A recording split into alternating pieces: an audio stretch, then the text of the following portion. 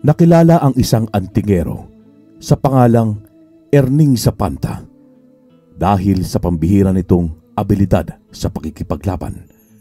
Gamit ang armas na tinatawag niyang yantok na may magkaibang dulo, ay walang kahirap-hirap niyang pinupuksa ang mga nakakasagupang alagad ng dilim. Kung pagmamasdan ang kanyang espesyal na armas, ay masasabing pinagsama yung sibat at baston. Sa pang-itaas na dulo kasi nito ay matulis ang pagkakagawa. Sa pang-ibaba naman ay parang ordinaryong baston lamang ang hulma, pero may kabigatan. Nakasanayan na kasi ni Erning ang ganoong armas dahil sa hilig niyang magpaikot sa kanyang mga kamay ng mga mahahabang bagay tulad ng mga kawayan at iba pa. Hindi lang sa pagiging antingero at manunugis nakilala si Erning Zapanta. Nakilala rin siya bilang isang mahusay na albularyo sa kanilang lugar. Gamit din ang kanyang mahiwagang sandata ay nagagawa niyang paalisin ang mga masasamang espiritu na sumasanib sa katawan ng kanyang mga nagiging pasyente sa pamamagitan lamang ng pagpapahawak niya sa mga ito sa magkabilaang kamay. Kapag may mga aswang na nasasangkot sa kaguluhan at maski sa malayong lugar, basta sigurado at napatunayan na totoo ang mga nagsusumbong sa kanya, ay kaagad niya yung pinupuntahan. Walang paltos. Bago siya bumalik ng kanyang bahay, ay tapos na niya ang suliranin at nabigyan na nito ng solusyon. Sa tuwing pag-uwi niya, ay sinasalubong siya ng kanyang anak-anakang si Botchok, ang binatang naging kasama niya sa araw-araw sa panggagamot sa nagiging pasyente nila.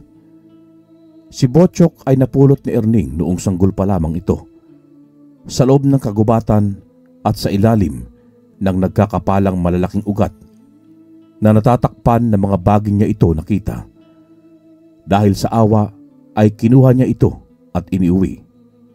Inalagaan niya ng mabuti at naghintay ng mga magulang na kukuha rito. Subalit pagkaraan ng 2 taon at wala pang kumukuha sa bata, nagpasya na siyang kupkupin ito at ituring na tunay na anak. Pinalaki niya ang bata sa pangalang Botchok. Nang tumuntong sa edad na 15, ay nagsimulang turuan ng lalaking antingero ang bata na nooy binata na. Ang tunay na pagkatao ni Botchok ay hindi rin lingid sa kanya. Nang dumating ang tamang panahon, ay inamin din ng kanyang itinuring na ama ang buong katotohanan sa kanya na ampon siya nito. Masakit para sa binata, pero sa huli ay nagpapasalamat pa rin siya dahil isang napakabait at maalagang tao ang nakakuha at nagpalaki sa kanya, kaya lumaki siyang mabuting tao. Maligayang pagbabalik po, Tatay Erning. Kamusta po ang lakad nyo? Sigurado akong tagumpay na naman ang misyon ninyo. Ganun na nga, Botchok anak. Teka, nakapagluto ka na ba? Gutom na si tatay eh. Opo, Tatay Erning. Nagluto ako ng masarap na ulam at paborito nyo. Sinampalukang buto-buto ng baboy na may okra at talong. Aba, alam na alam talaga ng anak ko ang paborito ko ah. Oh, tara na, sabay na tayong kumain. Inakbayan ni Erning ang kanyang anak-anakan, saka sila sabay na pumasok ng bahay. Sa kusina ay todo asikaso ng binata ang matandang itinuring na niyang tunay na ama. Walang naging problema sa pagsasama ni Erning at Botchok. Daig pa nila ang tunay na magkapamilya dahil ni minsan ay hindi pa sila nag-aaway. Minsan ay nagagawang pagalitan ni Erning ang kanyang ampon, pero sa mga normal na dahilan. Subalit ni minsan ay hindi siya sinagot-sagot ng pabalang ni Botchok. Abango! Tiyak na napakasarap na naman ng niluto mo, Botchok. Hindi nakakasawa at grabe, nakakatakam kahit amoy pa lang. Tama na po, pambobola tay. Kumain na lang po kayo dyan. Napangisi na lamang si Erning, saka ipinagpatuloy ang paglantak sa pagkaing nakahain sa mesa. Pagsapit ng bagong umaga, ay muli na namang gumayak si Erning para lumakad. Sa pagkakataong yun, ay mga dahong gamot naman ang kanyang kukunin sa gubat. Sabado kasi ng araw na yon, kaya kailangan niyang magtimpla ng mga gamot para sa susunod na araw. Linggo kasi ang nakatalagang araw para sa panggagamot nila sa mga pasyenteng may malulubhang karamdaman. O Botchok, gaya ng dati ay pag-insayo ka muna dyan habang wala ako, ha? Bukas kasi ay araw ng pahinga natin. Pagkatapos nating magsimba, tiyak na dadagsa na naman ang ating mga pasyente na galing sa iba't ibang lugar para magpagamot. Maiwan na muna kita dyan, anak, ha? Opo, Tatay Erning. Huwag po kayong mag-alala. Pagdating sa gubat, ay tila iba ang pakiramdam ng matandang antingero sa paligid. Bigla kasing uminit ang bagay na nakasabit sa kanyang leeg. Yun ay walang iba kung hindi ang kanyang bertud na nakuha niya sa isang gabunan na minsang nagligtas sa kanya noon sa tiyak na kapahamakan. Simula noong iligtas siya ng lalaking aswang na yun, ay naging malapit na sila sa isa't isa. Pero matagal na panahon na ding hindi nag-cross ang kanilang landas. Ang paalam lang ng gabunan kay Erning ay may importante itong lalakarin at bilang alaala ay binigyan siya nito ng hindi lang basta bertud, kung hindi may orasyon ng isang gabunan. Sabi ni Ichigo sa akin noon, kapag uminit ang binigay niya sa akin bertud, ay tiyak na may aswang sa malapit. Pero hindi lang isang ordinaryong aswang ito, kung hindi isang harimudon, bangkilan, o kaya gabunan din. Hindi maganda ito. Wala pa naman akong dalang sandata ngayon. Pero sa hindi inaasahang pangyayari, unti-unting lumamig ang kanyang bertud, kaya nakahinga siya ng maluwag. Abat, sino kaya yung damuhong yon? Parang nananakot lang, ha? Naramdaman niya siguro na ako si Erning Zapanta na kinakatakutan ng mga masasamang nilalang, kaya mas pinili na lamang niyang umatras. Sa sinabing yon ng matanda ay pakiwari niya'y medyo yumabang siya. Mabuti na lamang at walang nakarinig sa kanya, kaya ang ginawa niya'y humingi ng tawad sa Diyos, saka pinagtawanan ang kanyang sariling inasal. Si Botchok naman, nang matapos sa pag-iinsayo, ay sinunod ang pagsisibak ng kahoy. Hindi pa man siya nakakatapos ng isa sa mga pinapalakol, ay naistorbo na siya sa kanyang ginagawa dahil sa biglaang pagsulpot ng isang lalaki sa loob ng kanilang bakuran na tahimik na nakatingin sa kanya ng masama. Kuya, ano pong kailangan nila? Kung magpapagamot po kayo pasensya na po kasi wala pa si Tatay Erning Isa pa po, bukas pa yung nakatalagang araw para sa panggagamot namin at pagtanggap ng pasyente. Kaya bumalik na lang po kayo bukas kung maaari. Ngunit nanatili lamang siyang tinititigan ng lalaki. Ilang segundo ang lumipas hanggang sa sumilay ang nakakaloko nitong ngiti sa binata. Pagkatapos ay tumalikod na at marahang naglakad palabas ng bakuran. Hahayaan na sana ni Butchok ang lalaki, subalit bigla uli itong nagpahabol ng isang sulyap, pero sa pagkakataong yon ay pula na ang mga mata nito.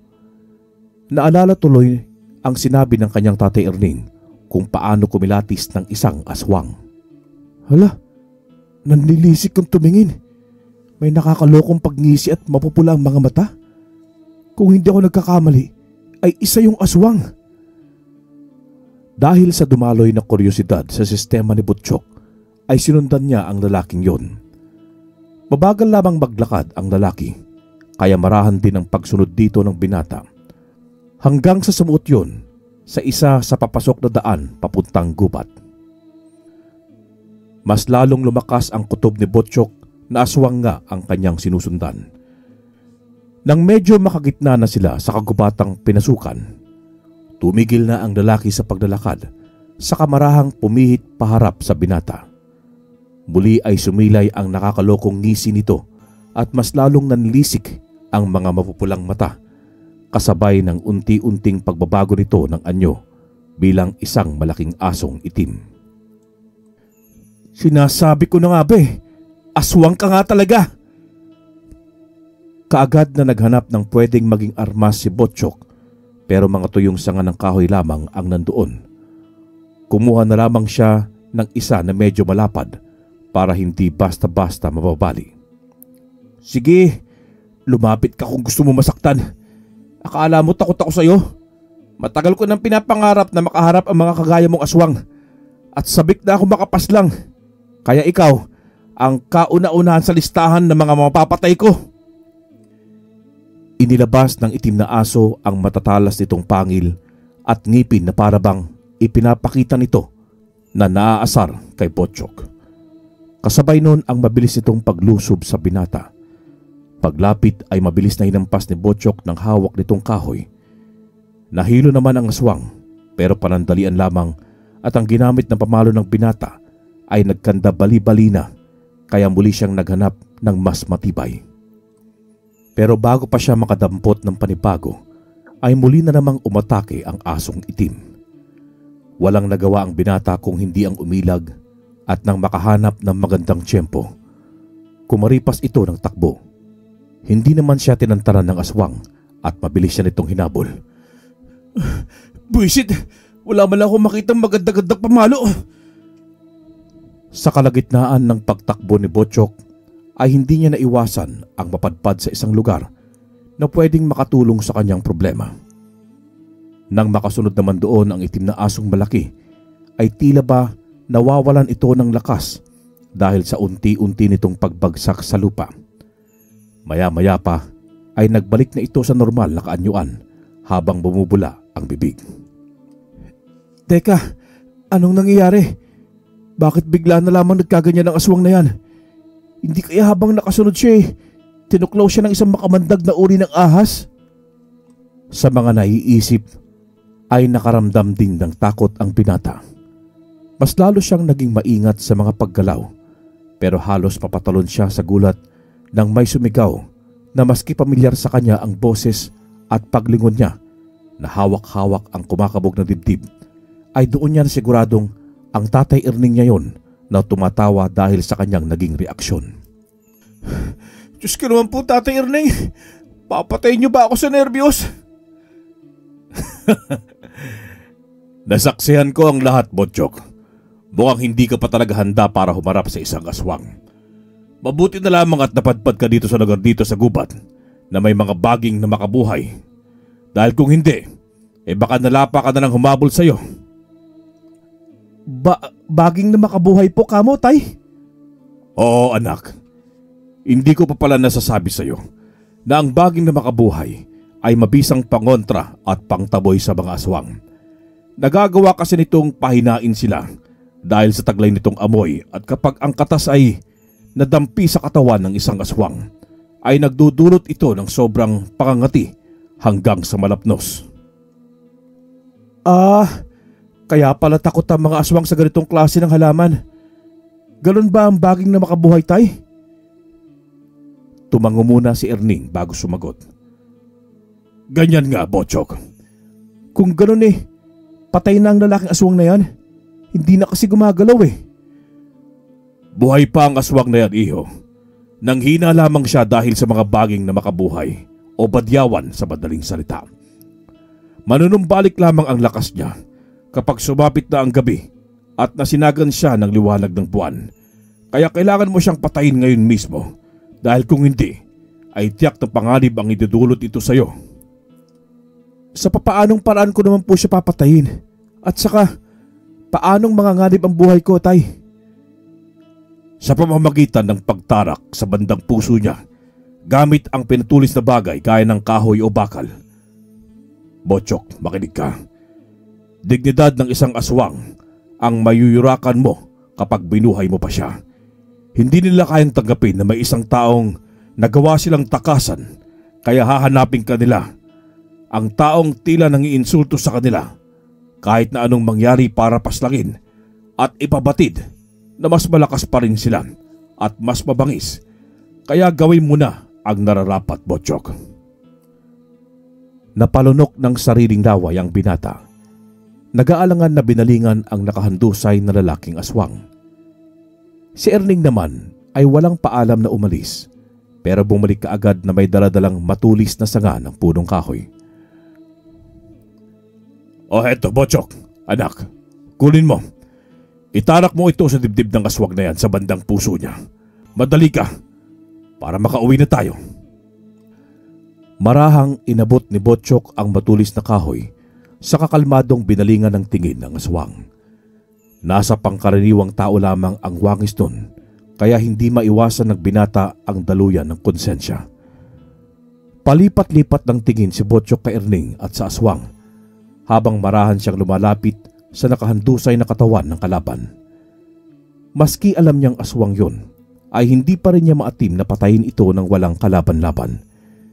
Pinipigilan siya ng kanyang konsensya para gawin ang pinag-uutos sa kanya ng kinilala niyang ama sa walang kalaban-labang aswang na wala pa ring malay. Ano, Botchok? Nakukonsensya ka na ba, iho? Hindi makasagot si Botchok na nagmistulang estatwang nakatayo sa kanyang itay Erning sa kanitatayuan nito. Pailing-iling na lamang ang matandang lalaki na nilapitan ng binata. Binawi niya mula rito ang ibinigay na matulis na kahoy. Botchok, anak, ito ang pakatatandaan mo. Itanim mo ito sa iyong isipan. Ang konsensya ay konsensya. Nariyan na tayo pero hanggat maaari ay huwag mo itong pairalin sa mga aswang sapagkat traidor ang mga ito kung lumaban. Pwede mong ikapahamak kung sakali. Kaya habang maaga pa, matuto kang huwag kaawaan ng mga aswang dahil ganun silang mga tao. Walang awa kung pumatay. Hindi inaasahan ng binata ang sumunod na ginawa ng kanyang tatay-tatayan. Lumuhod kasi ito sa tabi ng nakahandusay na aswang. Iniamba ang matulis na kahoy na hawak, saka walang pakundangang pinagsasaksak yun sa bandang puso. Nangisay pa ang aswang hanggang sa tuluyan na itong pumanaw. Halika na, Botchok. Umuwi na tayo. Hindi pa rin makapagsalita si Botchok dahil sa bilis ng pangyayari. Naglakad naman si Erning na tila ba walang nangyari. Pagsapit ng gabi, ay may isang grupo ng mga hindi pangkaraniwang kalalakihan ang naglalakad sa loob ng gubat. Kabisado na nila ang kagubatang yon dahil doon din ang kanilang pinagkukutaan. Alam na din nila kung saan ang mga parte ang kanilang iniiwasan dahil sa mga baging na makabuhay na tumuburoon. Pero sa hindi inaasahang pangyayari, nang mapalingon sila sa gawi kung saan may maraming badyawan ang tumutubo, ay nakita nila ang isa nilang kauri na may tarak na kahoy sa dibdib. Halata at alam nila kaagad na may pumatay dito, kaya kaagad na nagitngitan ang kanilang mga mahabang ngipin. Sa utos ng isa sa mga ito, ay kailangan nilang makuha ang bangkay ng aswang na natagpuan para malaman kung sino ang gumawa ng krimen sa pamamagitan ng pagbasa sa kaisipan nito ng mga babaylang aswang sa kanilang lugar. Bigla namang kinutuban ng masama ang antingerong si Erning sa hindi maipaliwanag na dahilan. Kaagad niyang hinagilap ng tingin ang binatang ampon. Nakita naman niya itong nagbubuhat ng mga sinibak na kahoy saka ipinapasok sa kusina at kinakamada ng mabuti. Tay, bakit po? May problema po ba? Kung titingnan niyo kasi ako parang bang may nagbabadyang panganib ba? Hindi sumagot ang antingero. Bagkus naglakad ito palapit kay Botchok saka tinapik sa balikat. Botchok, hindi ko alam pero bigla akong nag-alala para sa kaligtasan mo. Para kasing nararamdaman kong nanganganib ka, anak. Kaya sana ay maging alisto ka sa lahat ng oras. Hindi po kaya yung pamilya o kalahi ng aswang na tinarakan nyo ng matulis na kahoy sa puso ang naramdaman nyo, tay? Maaari, pero hindi ko sigurado. Pero kung ang mismong humabol sa'yo, imposible. Dahil sigurado kong napaslang ko na siya. Alam mo, Botchok, sa totoo lang may muntikan din akong nakaengkwentro kaninang aswang. Pero hindi gaya ng nakaharap mo na ordinaryong aswag labang. Ang sa akin mataas na uri. dahil bigla kasing uminit ang anting-anting ko na bigay ni Ichiko. Kung ganun, Tatay Erning, naglipa na naman pala ang lahat ng iba't ibang klase ng mga aswang sa gubat. Masama ito para sa mga tao ko sakali. Tama ka, iho. Masamang banta nga ito sa mga taong walang kakayahang makipaglaban. Kaya sa lalong madaling panahon, igagawa na kita ng mga gamit mong mabisang sandata na naangkop sa iyong nakasanayan. Ano na naman po kayang sandata yan, Tay? Dahil sa sanay ka ng magsibak ng kahoy, igagawa kita ng benditadong palakol na ibinabad ang mga materyales sa tubig na may nakalublob na baging na makabuhay. Sa pamamagitan nito ay magkakaroon ng iyong sandata na protektahan ka at tulungang itaboy ang mga aswang dahil sa amoy at katas na nakakapit sa magiging sandata mo. Natuwa si Botchok sa mga narinig. Para bang sinasabi ng kanyang tatay-tatayang antingero na handa na itong isabak siya sa laban kontra sa mga aswang. Sige po, Tay. Handa na din po ako sa kung anumang kahihinatnan ng lahat. Matagal ko na din kasi itong pinapangarap eh. Ang isama niyo ako sa pagtugis sa mga aswang na yan. Kung ganoon, anak, halika, sumama ka sa akin. Nagpunta ang mag-ama sa kabilang kubo kung saan sila nagtitimpla ng mga halamang gamot. Nakabukod kasi yon para malinis pa ring tignan ng kanilang bahay. Pagpasok nila ay iba na ang postura ng loob nito at malayo na sa dating nakikita ni Botchok. Aba, kakaiba ang disenyo ngayon, Tay. May mga kandila pang nakapaikot na pabilog sa guhit. Tapos ang pagkakahilera ay itim at puting magkakasunod. Pumasok ka, Botchok, sa loob ng bilog. At uumpisahan ko na ang ritual kasabay ng pagsisilang ng panibagong sandata na gawa mismo sa sarili mong dugo. Sa tulong ng pinagsamang kapangyarihan ng aking anting-anting at karunungan sa mga ritual, ay bubuo ako ng sandata na siyang gagamitin mong panlupig sa mga aswang. Napakunot ang noo ni Botchok, pero sa huli ay sumunod na lamang siya sa ama. Pagdating niya sa gitna ng mga kandilang may sindi, ay kaagad siyang pinaluhod ng matandang antingero saka binuka ang mga palad sa kanyang harapan. Sa tulong ng aking tangan na anting-anting at taglay kong karunungan sa lahat ng antas ng pagiging antingero, ay binabasbasan ko ang binatang ito bilang isang bagong silang na manunugis sa basbas ng mga espiritu, mga diwata at lamang lupa na umanib at nagbigay ng basbas para maging isa akong antingero. Tinatawagan ko kayo na bigyang muli ng inyong kakayahan para makalikha ng mabisang sandatang palakol na pwedeng gamiting panglipol sa mga alagad ng kadiliman tulad ng mga aswang. Pagkatapos masambit ni Erning ang mga katagang yon, ay inusal na niya ang orasyong angkop sa ginagawa niyang pagbasbas kay Botchok. Ramdam naman ng binata na tinatanggap ng kanyang sistema ang tila boltaheng dumadaloy sa kanyang kaibuturan. Maya-maya pa ay sumunod na niyang naramdaman ang isang bagay na unti-unting nahuhulma habang nakapatong sa kanyang mga palad. Nang matapos ay saka pa lamang siya nagmulat ng mga mata sa utos ni Erning sa panta. Labis ang pagkamangha habang tinititigan ni Botchok ang nahulmang armas niya na ngayon ay nasa kanya ng mga kamay. Napatingin pa ito sa ama-amahang antingero na nakangiti ang mga mata. Tay, ito na ba gagamitin kong armas? Isang gininto ang palakol na ang hawakan ay kahawig ng baging na makabuhay at ang talim nito ay sa dahon ng makabuhay? Oo, Botchok, yan na nga. Ang mga gabay kong espiritu na mismo ang humulma dyan, ayon na rin sa aking inusal sa aking orasyon. Simula bukas ay pag-insayuhan mo ng gamitin yan. Pwede mo rin gamitin sa pagsibak ng kahoy dahil ang talim niyan ay hindi napupudpud o pumupurol man lang. Ang astig nito, Tay. Salamat po. Dahil sa nakikita ko'y may tiwala na kayo sa akin at handa na ko'y isabak ako sa laban. Nararapat na kasi anak, dahil nasa peligro na din ang iyong buhay.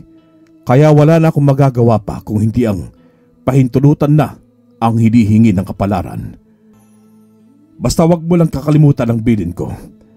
Wag na wag mong pairalin ang konsensya mo kapag aswang ang iyong kaharap. Mapanlin lang sila, kaya mag-iingat ka. Opo, Tatay Erning. Tatandaan ko po lagi ang mga payo at bilin ninyo. Nang matapos sila sa ginagawa, ay bumalik na rin sila sa bahay. Naghapunan sa kamaagang nagpahinga. Marami din kasing lakas ang nawala sa katawan ni Erning dahil sa ginawa nitong ritual.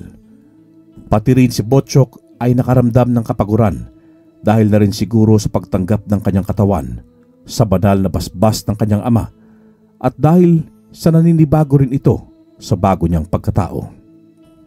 Tinanghali na sila pareho ng gising. Hindi pa sana mabubulabog ang masarap nilang tulog kung hindi nila narinig ang mga taong nag-uusap-usap sa labas ng kanilang bahay. Hanggang sa pareho nilang naalala na linggo pala ang araw na yon. Pabalikwas silang bumangon sa higaan saka nagmamadaling nagpalit ng kasuotan.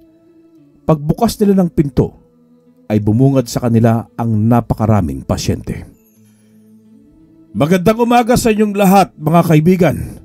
Mangyaring ipagpaumanhin ninyo dahil sa paghihintay nyo sa amin ng matagal. Napuyat kasi kami pareho ng aking anak sa paggawa ng mga halamang gamot na panlunas sa inyong mga karamdaman. Siyam, umpisahan na natin ang gamutan. Lumapit na ang nauunang sa pila na pasyente. Isa-isa nilang ginamot ang mga pasyente gamit ang mga herbal na gamot. Gaya ng dating nakasanayan, ay inaalalayan lamang ni Botsyok ang ama. Hapon na nang matapos nilang gamutin ang lahat ng mga taong pumila. Sakalang din nila naramdaman ng gutom nang matapos sila sa paglilingkod sa banga ito. Ay, gutom na ako, Botsyok. May makakain ba dyan? Abay, maghain ka na bago pa kainin ng malaki ang maliit kong bituka. Eto na po, tay. Nakahanda na. Halina po kayo't makakain na.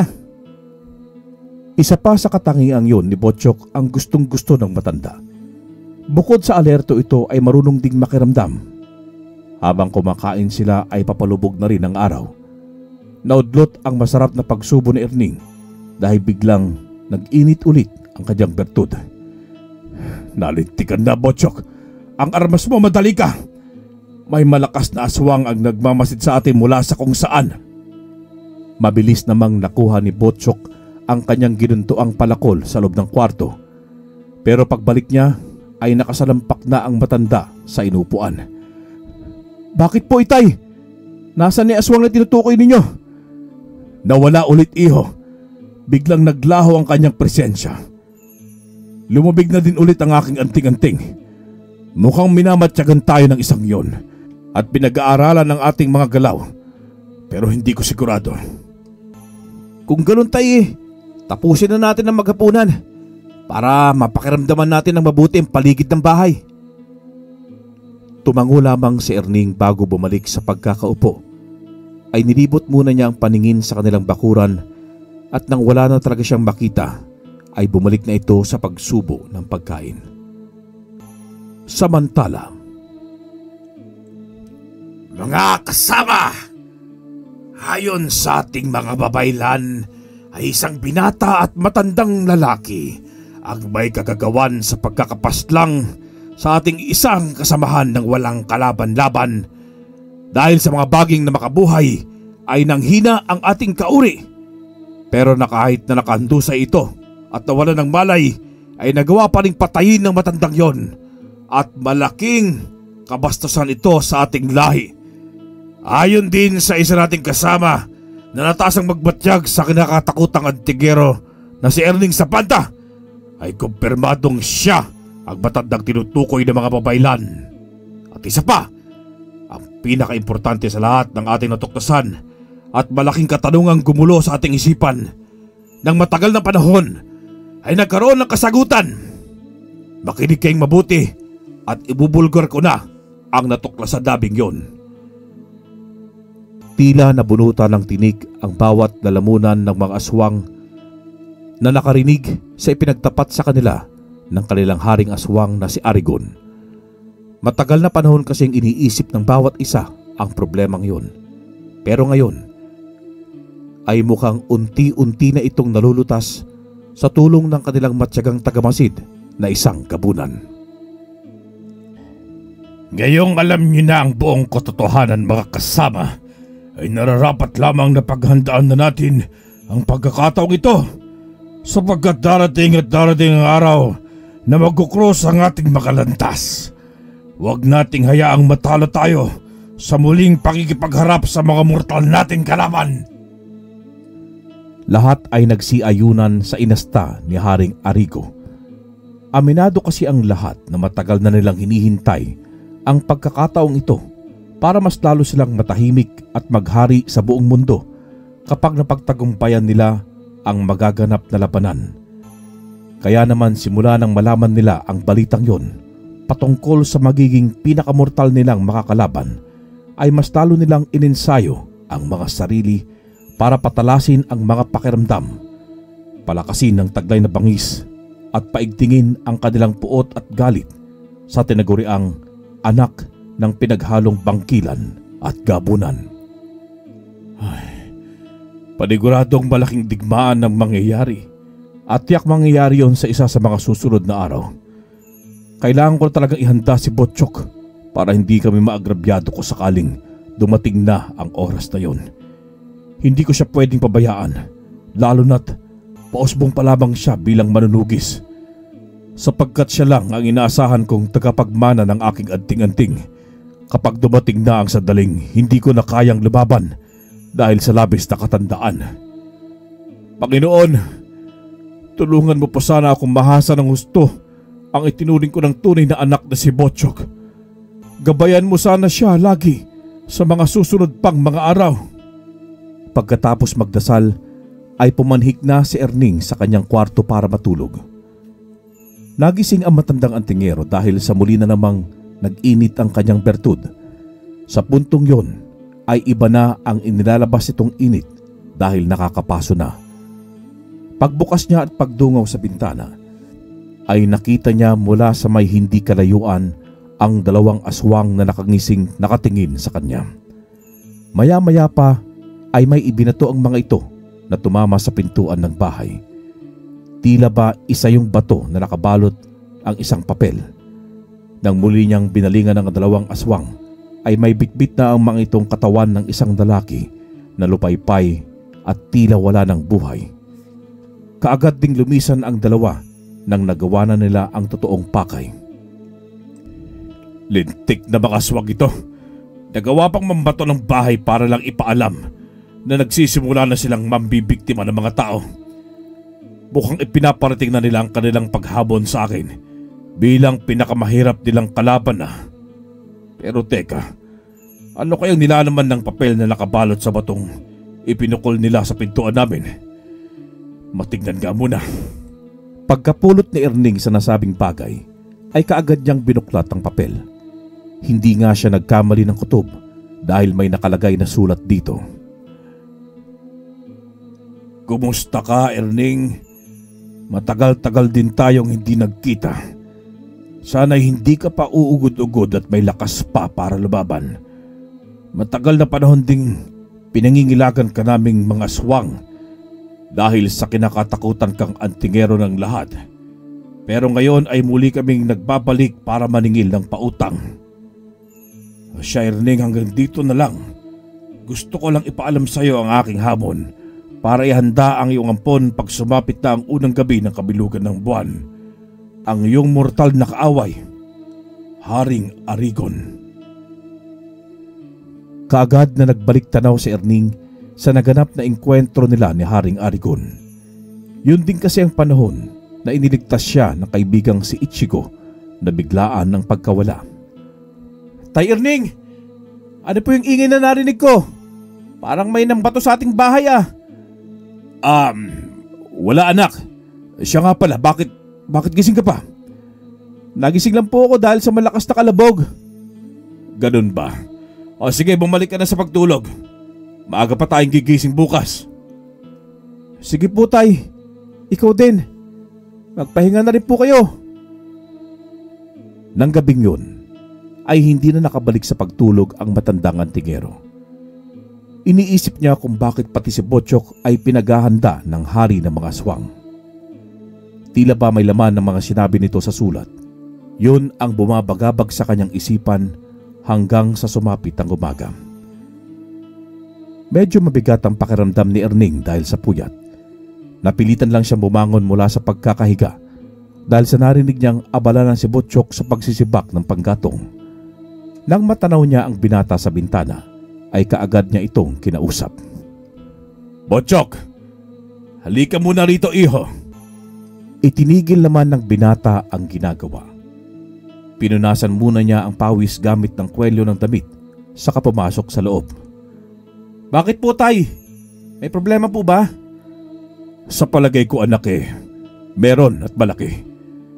Naalala mo ba ang malakas na kalabog kagabi? Opo.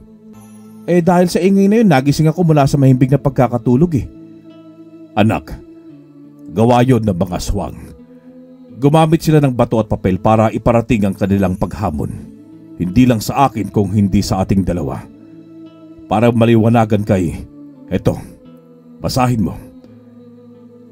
Pagkaabot sa sulat, ay tahimik na binasa ni Botsyok ang nilalaman nito.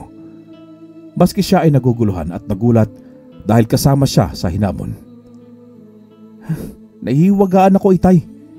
Mukhang may gustong sabihin ng Haring Arigon na yun Yun nga ang gumulo sa isipan ko kaya hindi na ako nakatulog, Botsyok. Pero hayaan mo na. Hintayin na lamang natin ang unang araw ng kabilugan ng buwan. Mag-ensayo ka mabuti dahil siguradong mapapalaban tayo ng husto. Sabik na nga ako itay Magagamit ng bago kong sandatang palakol. Tignan ko lang kung may magagawa ang mga aswang na yan laban sa ating dalawa. Pagsisisihan nila ang paghamon sa atin itay. Sigurado yan. Huwag ka munang magpakumpiyansa anak. Alalahanin mong aswang ang ating mga makakalaban. Ginulo pa ng matanda ang buhok ni Botsyok. Inakay naman siya ng binata, saka dinala sa kusina para magkape. Doon ay pinagpatuloy nila ang masinsinang pag-uusap. Mabilis na lumipas ang mga araw hanggang sa dumating na ang araw na nakatakdang pakikipagharap ni na Botsyok at Erning sa mga aswang na pinamumunuan ni Haring Arigon. Hinintay na lamang ng mag-ama ang pagsapit ng gabi bago sila kumilos para pumasok sa gubat. Hindi kasi pwedeng sa lugar nila gaganapin ang labanan sapagkat marami ang madadamay na inosente at walang kalaban-labang mga residente. Pero tila mapapaaga yata ang pagkakaroon ng engkwentro dahil pagpasok pa lamang nila sa bungad ng kagubatan ay lumabas na ang buwan kasabay ng paglantad ng mga aswang na may maraming bilang. Nagkatinginan ng mag-ama sa isa't isa saka nagkatanguan na parabang may naisip kaagad silang ibang plano. Hoy! Mga aswang! Nandito na kami ni Tatay Erning! Kami ang pakay nyo, hindi ba? Pwes, habulin nyo kami kung kaya ninyo! Ay, lintik na bata ito! Hoy, Botsyok! Paunahin mo muna ako sa pagtakbo. Alalahin mo ako at baka sumpungin ako ng rayuma. Dabuhang bata ito! Agad namang binalikan ng binata ang ama. Nakatikim tuloy siya ng kutos mula sa ama. Nagngit-ngit naman ang pangkat ni Haring Arigon dahil sa galit. Habulin ang dalawang yon! Wala akong pakialam kung ano ang gagawin nyo sa matandang si Erning Zapanta. Basta ang binatang si Botsyok ay dalhin nyo sa akin ng buhay. Ngayon na! Magsikilos na kayo! Kanya-kanyang karipas ng takbo, lundag at lipad ang iba't ibang uri ng aswang na nagsanib puwersa para lamang pabagsakin ang kinakatakutan nilang mga kalaban. Dinala naman sila ng mag-ama sa tabi ng isang sapa kung saan mas maluwag ang espasyo ng lugar para sa magaganap na labanan. Pagdating nila sa may parteng batuhan ay mabilis nilang inihanda ang kanilang mga sariling sandata. Talagang tumatanda na ako. Mabilis na akong hingalin. Ngayong gabi, magkakaalaman na kung sino ang matitirang buhay. Habang wala pa ang inyong Haring Arigon, ay iisa-isahin na namin kayong pababagsakin, mga aswang kayo! Tama si Tatay Erning! Hindi matatapos ang sandaling ito na hindi namin kayo nabubura dito sa ibabaw ng lupa. Ibabaon namin kayo sa kung saan kayo nararapat na naroroon! Tanging pag-angil lamang ang itinugon ng mga aswang, kasabay ng pagpapalit ng mga ito ng anyo bilang isang mababangis na harimuton, bangkilan at gabunan. Nagsimula ang digmaan sa pangunguna ng mga aswang sa pag-atake. Sabik na sabik naman si Botchok na iwinawasiwas pa sa ere ang kanyang gintong palakol, samantalang si Erning Zapanta ay kalmadong nakatayo habang hawak ang nasa harapan niyang armas na yantok. Kasalukuyang medyo dumilim ang paligid dahil sa ulap na nakadakip sa bilog na buwan, at paglagpas nito ay doon nagsalpukan ang dalawang grupo. Hindi maiwasan ni Botchok ang humanga sa sarili, lalo na sa abilidad ng kanyang sandata. Napakatalim kasi nito dahil nahahati sa dalawa ang bawat aswang na kanyang hinahataw. Tumitilapod naman ang mga natatamaan ni Erning dahil sa ang parting baston pa lamang ng kanyang sandata ang kanyang ginagamit. Habang tumitilapon ang ibang mga aswang, sinisibak naman ni Botchok ang mga nakakatapat. Sobrang pagdiriwang ng kalooban ng binata habang pinagpupupuksa ang mga nakakatapat na aswang. Ang isa pang pangkat ng mga aswang na puro gabunan na pinangungunahan ni Haring Arigon ay tahimik lamang na nagmamasid sa isang sulok. Umaapoy na sa galit ang kanyang mga mata dahil sa hindi niya gustong nangyayari. Hindi ko inakalang kahit na sa ganyang edad ka na, Erning Zapanta, ay nagagawa mo pa rin sumabay sa laban. Hanga ako sa'yo, lalong-lalo na dyan sa ampon mong si Botchok. Pero sige lang, magpakasasa kayo sa pagkapanalo sapagkat maya-maya, kapag kami naman ang susugod, ay tiyak na mawawala ang pagdiriwang ng inyong kalooban dahil buong pwersa na ng mga gabunan ang susunod yung makakatapat. Napakabrutal kung paslangin ni Botchok ang mga aswang. Hindi pa kasi ito nakokontento dahil maski bumabagsak na sa lupa ang mga nakakalaban, ay pinuputulan pa niya ng mga ito ng ulo. Naliligo na rin siya sa dugo ng kanyang mga napapatay, kaya halos hindi na siya makilala pa. Subalit sa hindi inaasahang pangyayari, aksidenteng tumalsik ang dugo ng isang aswang sa kasalukuyang kinakatay ng binata at pumasok yun sa kanyang bibig. Nalunok niya ito at ang sumunod niyang naramdaman ay hindi niya lubusang maintindihan. Iba yung sarap kasi ang sumayad sa kanyang lalamunan at parang natakam pa siya sa mas maraming dugo ng isang aswang. Botchok! Anak! Anong nangyayari sa'yo? Namilog ang mga mata ni Erning dahil nagmistulang mabangis na hayop ang kanyang ampon, dahil hindi na ang gintong palakol ang ginagamit ng binata sa paglusob at pagpatay sa mga nakakalaban, kung hindi ang mga ngipin na nito na naging matatalas kasama na ang mga matang nakakasugat kong tumingin. Ibang-iba na si Botchok ng mga sandaling yon at tuloy na siyang nadaig ng ikalawa niyang katauhan bilang isang bangkilan na gabunan. Botchok! Anak ko! Anong nangyari? Bakit nagkaganyan ka, iho? Labanan mo sana kung ano man ang masamang pagkataong lumukob sa'yo. Anak, lumaban ka! Pero hindi na siya pinapakinggan pa ng pinalaki niyang binata.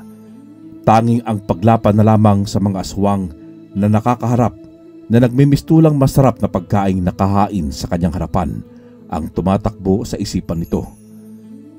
Napangiti naman ng malapad si Haring Arigon. Napapahimas pa ito sa sariling baba at makaraan ang ilan pang minuto ay nagsilabasan na rin sila sa kanilang pinagkukublian. Botchok!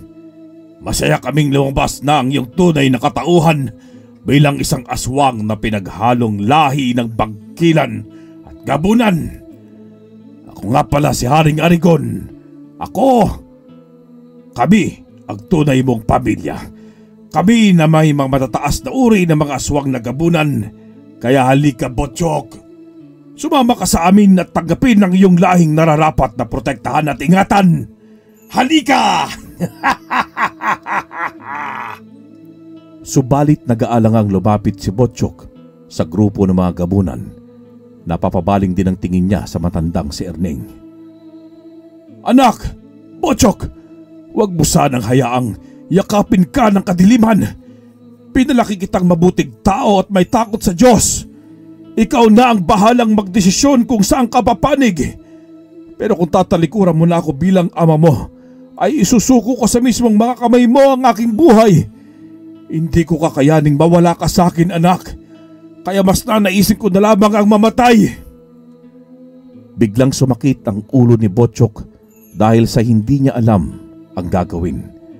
Unti-unti na din kasing lumalabas ang napakabalasik nitong anyo bilang isang malakas na uri ng aswang.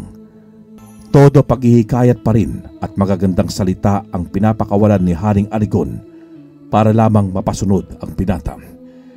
Huwag mo siyang pakinggan, Botchok. Hindi siyang tunay mong kalahi. Kami, papaslangin ka rin niya kapag wala ka ng pakinabang sa kanya. Kaya halika, kami ang lapitan mo. Umalulong ng malakas si Botchok. Tumingala ito sa buwan, saka muling nagbago ang kanyang anyo bilang kalahating bangkilan at kalahating gabunan. Sa bandang kaliwa ng kanyang pagkatao ay kulay purong itim ang balahibo at sa kanang bahagi naman ay kulay purong puti. Yun ay simbolo ng dalawang lahing kanyang pinagmulan. Muling nagdasal ng taimtim si Erning para sa kaligtasan ng kanyang itinuring na tunay na anak. Pawang kaligtasan na lamang ng binata ang nasa isip ng matanda ng mga sandaling yun at wala na siyang pakialam sa sarili niyang buhay. Buong pusong minahal kasi niya bilang anak si Botchok, kaya masakit kapag hindi niya ito naibalik sa mabuti nitong pagkatao. Napahawak sa sariling ulo ang binatang aswang, saka muling nagpabaling-baling ng tingin kina Erning at Haring Arigon. Sa huli ay dahan-dahan itong lumapit sa grupo ng mga gabunan, kaya napaluhod sa lupa ang matandang antingero dahil sa panlalambot na kanyang mga tuhod. Ikaw na ang pumili ng iyong magiging kapalaran, Botchok.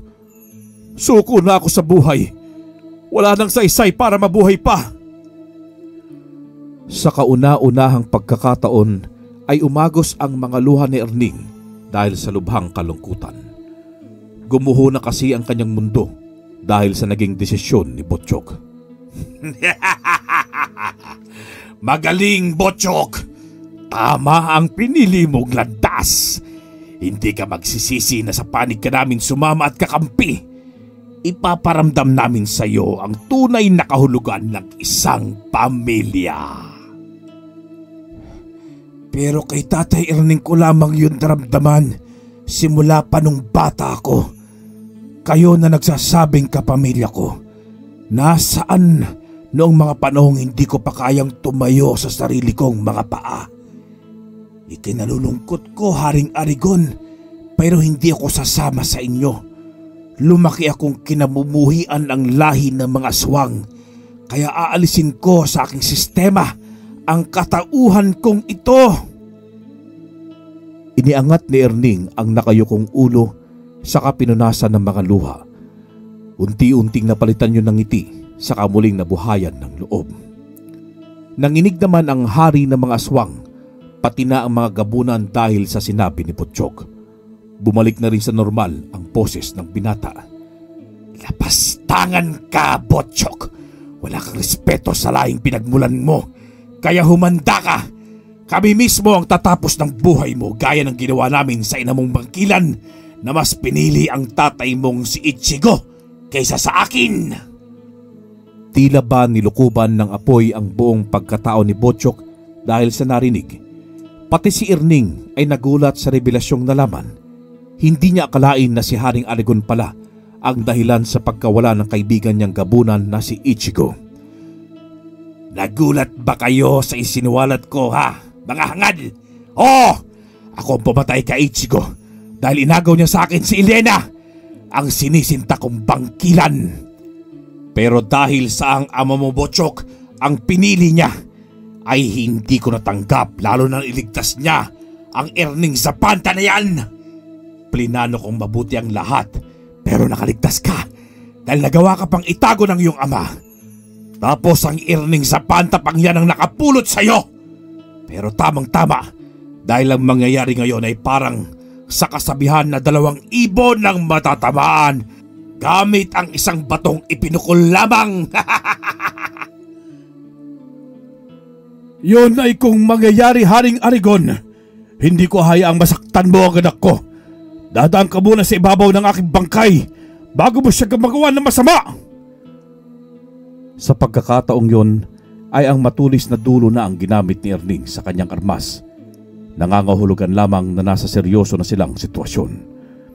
Maski magtulog pa kayong dalawa, ay hindi nyo kami magagapi. Sige mga kasama, pagluray-lurayin ng katawan ng 2 hangal na yan. Kanya-kanyang pulasan sa paligid ng mga gabunan. Pinaikot naman ng mag-ama ang kanilang mga sandata sa ere. Bago pa may makalapit na aswang, ay mabilis nang tinutusok ang mga ito ng matandang antingero bandang puso. Muli namang nagpakawala ng malakas na alulong si Botsyok sa gumawa ng pag-atake. Sinasagpang muna ng binata sa leeg ang gabunang nakakatapat bago niya ito sinisibak ng kanyang armas. Tuluyan ang nakontrol ni Botsyok ang kanyang pinaghalong lahing bangkilan at gabunan. Hanggang sa dumating sa puntong sina Erning at Haring Arigon ang nagkatapat samantalang walang habas pa ring pinagluluray ni Botsyok ang mga masasamang aswang. Paano ba yan, Haring Arigon? Mukhang matutuldukan na ngayong gabi ang kasaysayan mo.